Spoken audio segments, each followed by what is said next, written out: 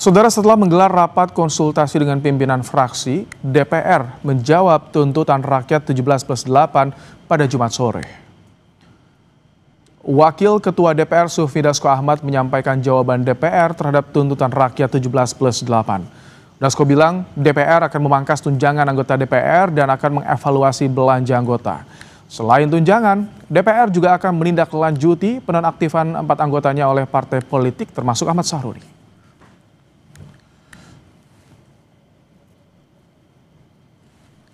DPR RI menyepakati menghentikan pemberian tunjangan perumahan anggota DPR RI terhitung sejak tanggal 31 Agustus 2025. Anggota DPR RI yang telah dinonaktifkan oleh partai politiknya tidak dibayarkan hak keuangannya. Pimpinan DPR menindaklanjuti penonaktifan beberapa anggota DPR RI yang telah dilakukan oleh partai politik.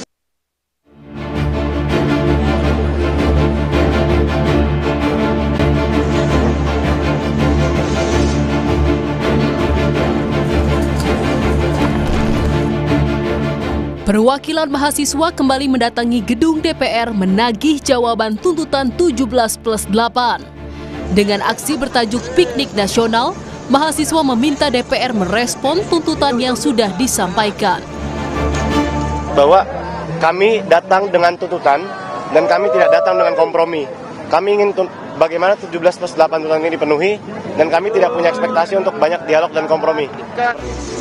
Tak berselang lama, DPR menjawab tuntutan rakyat dengan kodifikasi 17+8. DPR yang diminta membekukan kenaikan tunjangan anggotanya merespon dengan menyetujui jika tunjangan perumahan anggota DPR dihentikan. Anggaran lain yang dinilai jadi pemborosan juga dievaluasi.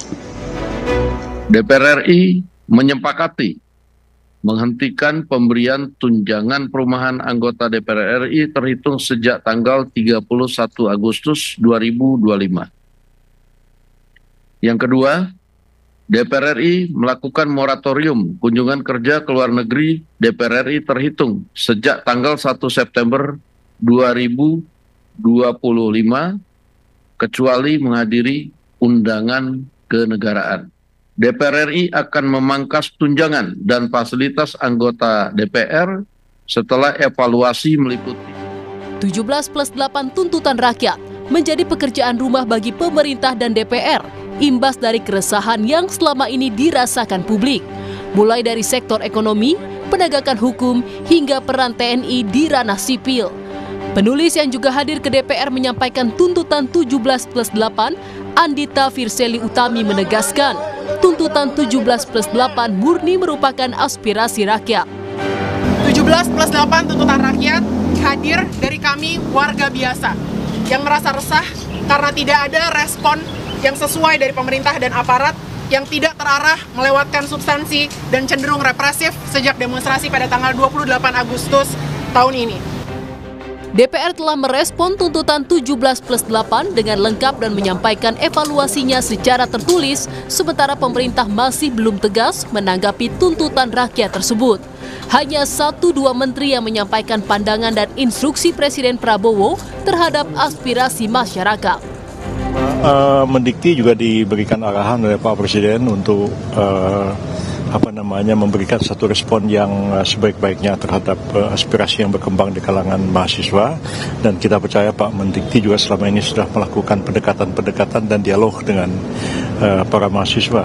Itu yang kan mencegah PHK massal itu sudah menjadi bagian daripada tugas pemerintah.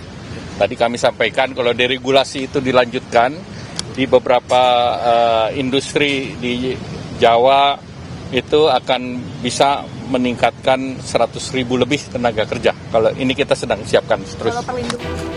Tuntutan 17+8 merupakan bagian kecil dari pekerjaan yang harus diselesaikan oleh pemerintah dan DPR.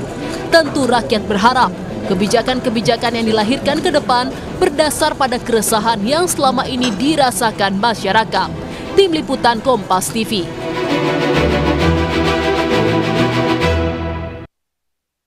Apakah jawaban DPR soal tuntutan 17+8 sudah sesuai harapan? Kita bahas bersama dengan Vincent Thomas, ada Ketua BEM Kema Unpad 2025 dan Sugiat Santoso, Wakil Ketua Komisi 13 DPR dari fraksi Gerindra. Selamat malam Vincent, Pak Sugiat. Selamat malam, Mas. Selamat malam. Baik. Kompas malam. Tadi Vincent ke DPR, jadi sudah puas dengan jawaban DPR, Vincent? Tentu nggak puas sama sekali dong, Mas. Karena kan akhirnya ketika bicara soal jawaban DPR hari ini, itu baru segelintir dari 17+8 tuntutan yang kemudian sudah dilayangkan dari kemarin. Tidak puas di bagian mana atau apa yang menurut Vincent ini masih ada yang kurang?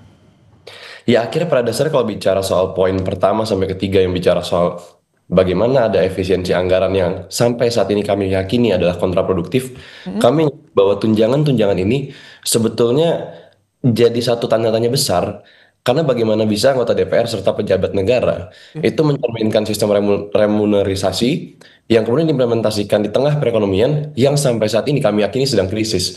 Makanya sebetulnya sejak tahun 2019 sampai 2023 kami meyakini bahwa menurut data dari BPK itu jelas disampaikan bahwa perjalanan dinas dan reses itu masih banyak yang sulit dipertanggungjawabkan. Makanya poin-poin ini yang membuat kami rasa itu nggak betul-betul memuaskan bagi kami. Tapi tadi moratorium loh, perjalanan dinas ke luar negeri sudah di moratorium, kemudian juga tunjangan perumahan dihentikan, ada evaluasi juga, tunjangan dan juga fasilitas mewah dari DPR. Masih kurang menurut Anda, Vincent?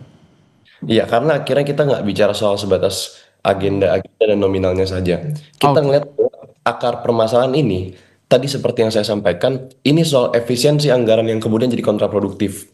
Karena bagaimana bisa ada pagu-pagu anggaran yang kemudian diefisiensikan, tapi ada proses-proses yang kemudian kami lihat bahwa proses pemilihan keputusan atau kebijakan dari tunjangan ini itu tidak sepenuhnya mencabut akar permasalahan tersebut. Oke. Tidak sepenuhnya mencabut akar permasalahan. Pak Sugiat, masih dirasa belum puas bagi perwakilan mahasiswa, Pak Sugiat? Ya, yang pertama bahwa +8 itu kan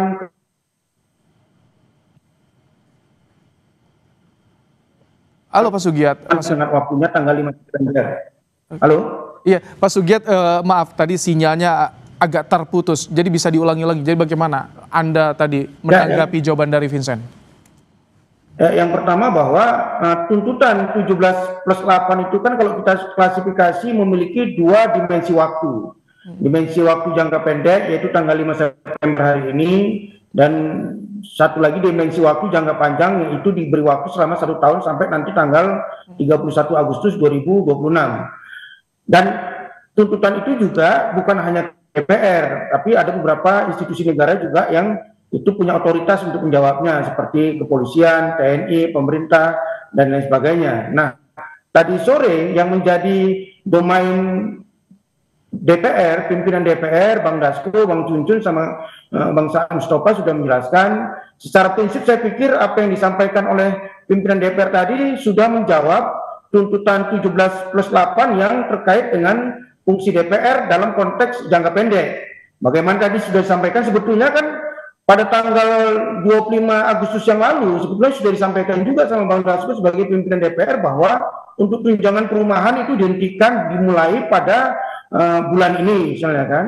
Begitu juga tadi dijelaskan DPR juga akan mengevaluasi pembiayaan anggaran terkait tunjangan-tunjangan yang itu sudah disampaikan kan.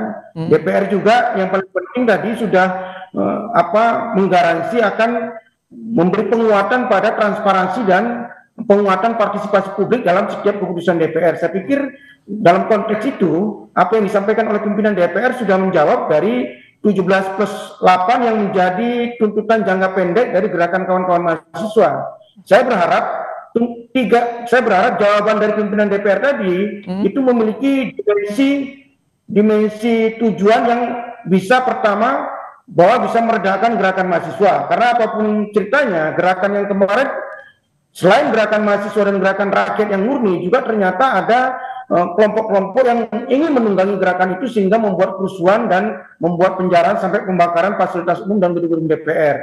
Kita berharap apa yang menjadi jawaban dari DPR tadi bisa meredam itu. Yang kedua, juga bisa Pak Sugiat? Ya mungkin saya izin masuk. DPR kepada rakyat. Ya. Bayangkan. Tunggu. Ini sinyal Pak Sugiat agak terganggu, tapi tadi kami sudah menangkap dari poin yang pertama. Mas Bisa, Anda tampaknya ingin juga menanggapi seperti apa jadi tadi? Sudah menjawab, kata DPR. Ya ini akhirnya jadi menarik, Mas, karena kalau bicara transparansi dan partisipasi publik yang bermakna itu akan jadi satu komitmen. Sebetulnya yang jadi pertanyaan kami, kenapa harus bertepatan pada tanggal 5 September ini? Kenapa kemudian ketika diberikan deadline oleh catatan ya, tadi Bang Sugiat, ini bukan bicara soal gerakan mahasiswa. Ini gerakan masyarakat sipil. Kami datang ke sana tidak kemudian akhirnya membawa satu identitas mahasiswa sepenuhnya, tapi kami melebur, kami melepas alma mater, dan di sana kami fokus bagaimana tuntutan-tuntutan dari rakyat itu jadi yang paling terdepan. Dan kami melihat bahwa poin-poin soal transparansi dan partisipasi publik ini jadi permasalahan. Kenapa? Karena toh kalau misalkan menjawab poin transparansi, jawaban yang dikeluarkan oleh pimpinan DPR RI ini sama sekali nggak melihat bagaimana tuntutan rakyat itu benar-benar dimaknai. Pertama, apakah DPR RI udah ngejelasin atau melaksanakan transparansi sesuai ketentuan yang diatur Undang-Undang Keuangan Negara dan KIP? Kemudian kedua, kita bicara soal transparansi semestinya dilakukan secara kontinuitas atau berkelanjutan. Nah, poinnya adalah padahal DPR RI itu memiliki portal website atau punya platform-platform lain sebetulnya yang bisa dioptimalkan, tapi sampai hari ini platform tersebut nggak betul-betul dimanfaatkan, bahkan nggak dimanfaatkan dalam banyak aspek. Jadi masyarakat aksesnya terbatas ya untuk tahu lebih dalam soal DPR. Saya ingin mengklarifikasi terkait dengan bagaimana transparansi dan partisipasi publik yang dilakukan oleh DPR periode ini. Kalau Mas Vincent itu sering menonton bagaimana live streaming dari rapat-rapat DPR, baik di komisi maupun yang lainnya, itu bisa dilihat bahwa sekarang rapat-rapat di DPR, baik rapat komisi maupun rapat badan-badan atau alat kelengkapan DPR itu bisa dilihat oleh publik, baik pada saat rapat anggaran, baik pada saat rapat dengan mitra kita di kementerian. Itu yang pertama. Lalu yang kedua, partisipasi publik. Saya anggota balik. Balik itu dari pagi sampai malam rapat. Jadi yang saya hadiri, ini pengalaman saya, dari pagi sampai malam itu kita rapat selalu mengundang ketika pembahasan rancangan undang. Selalu melibatkan masyarakat, perwakilan publik, Pak Sugiat.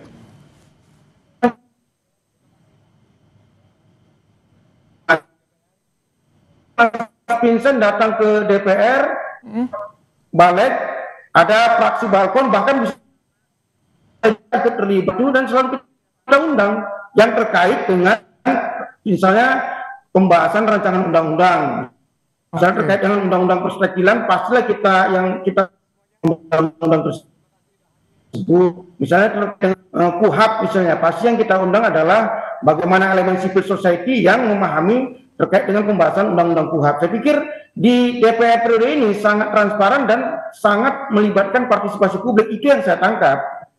Oke, ada pelibatan partisipasi publik. Nah, emang yang pelibatan ini memang beberapa tahun belakangan disorot ya, Mas Vincent. Bagaimana? Apakah kedepannya masyarakat, mahasiswa termasuk meminta agar lebih banyak lagi dilibatkan dalam proses pengambilan kebijakan, proses pembahasan aturan di DPR, atau seperti apa sih harapannya ke depan? Ya sebenarnya gini Mas, dalam Undang-Undang Nomor 13 Tahun 2022 itu udah jelaskan bahwa pembentukan undang-undang itu udah ngatur bahwa masyarakat sipil itu dijamin keterlibatannya.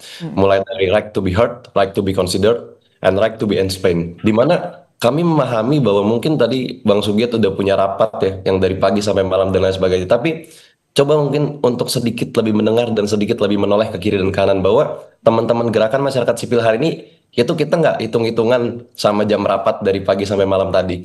Pun saya tahu ini di luar topik pembahasan, tapi saya cukup terkejut ketika misalkan disebutkan bahwa teman-teman masa aksi kemudian dinilai terprovokasi, kemudian dinilai merusak dan lain sebagainya. Justru sebetulnya yang saya ingin nanya ke Bang Sugiat sebagai Komisi 13 yang berbicara mengenai HAM, kenapa kemudian akhirnya kawan-kawan kita di sini sampai sekarang masih terus ditangkap, dikriminalisasi, dan terus mengalami represi-represi yang terus menjadi poin-poin yang tentu dengan jelas melanggar HAM. Rasa-rasanya udah banyak kampus di berbagai universitas di Indonesia yang udah banyak bicara soal ini. Baik. Makanya jauh bicara soal partisipasi. Itu termasuk yang ditembak juga atau yang diarahkan kepada pemerintah ya Mas Vincent ya? Iya, jangan Oke, saya beri kesempatan Pak Sugiat karena kan termasuk dari partai pendukung pemerintah juga ini, Gerindra, Pak Sugiat. Ya pasti kami akan mendukung bagaimana kawan-kawan gerakan civil society, baik mahasiswa maupun rakyat, yang itu ada proses-proses kriminalisasi. Pak Sugi ya? Kemarin itu tidak hanya satu dimensi gerakan civil society saja, karena pasca gerakan civil society ada gerakan-gerakan lain yang sama-sama kita ketahui baik di media massa maupun media sosial, itu sampai melakukan pembakaran gedung DPR, sampai melakukan pembakaran fasilitas umum, sampai melakukan penjarahan. Saya tidak percaya itu bukan bagian dari massa civil society atau massa mahasiswa yang murni untuk menyampaikan tuntutan rakyat. Itu juga harus diusut. Nah, sehingga semua peristiwa tadi tidak hanya dilihat secara parsial. Kemarin saya sebagai Wakil Ketua 13 sudah mengundang kawan-kawan Komnas HAM untuk menginvestigasi semua peristiwa, baik dari kasus gerakan civil society yang murni, juga peristiwa-peristiwa kerusuhan yang terjadi secara serentak se-Indonesia. Akan didorong oleh pemerintah untuk diusut tuntas ya Pak Sugi. Saya ingin terakhir ke Vincent sedikit singkat saja. Jadi ketika Anda tidak puas, bagaimana langkah ke depan? Singkat Vincent. Sudah disampaikan bahwa ini bukan cuma bicara tentang eskalasi gerakan, tapi eskalasi tuntutan. Kami memaknai bahwa ini bicara soal tuntutan yang akhirnya tidak terpenuhi, bahkan mengalami kemunduran, atau sampai sekarang nggak digubris, yang akan terus kami eskalasikan ke depan.